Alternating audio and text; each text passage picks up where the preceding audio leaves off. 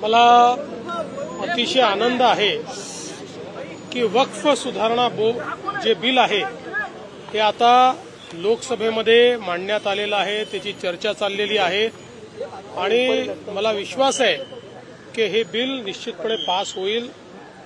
खरं म्हणजे भारतीय संविधानाच्या प्रिएम्बलमध्ये जो सेक्युलर शब्द वापरला गेलेला आहे त्याचं प्रत्यंतर आपल्याला या बिलामध्ये पाहायला मिळतं।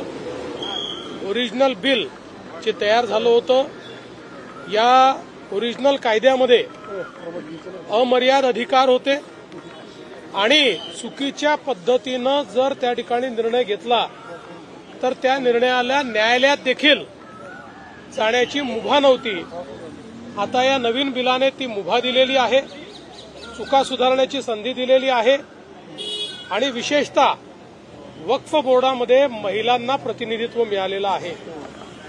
3 तलाक नंतर पुन्हा एकदा मुस्लिम महिलांना प्रतिनिधित्व आता वक्फ बोर्डात मिळत आहे। ही एक मला असं वाटतं की अतिशय प्रोग्रेसिव्ह पुरोगामी अशा पद्धतीचं हे पाऊल उचललेलं आहे।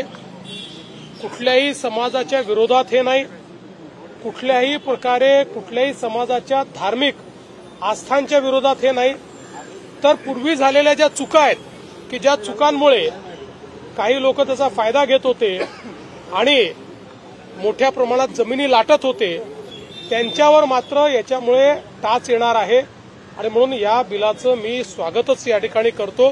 मला विश्वास आहे की ज्यांची ज्यांची सत्सद विवेक बुद्धी जागृत आहे ते सगळे या बिलाचं समर्थन करतील।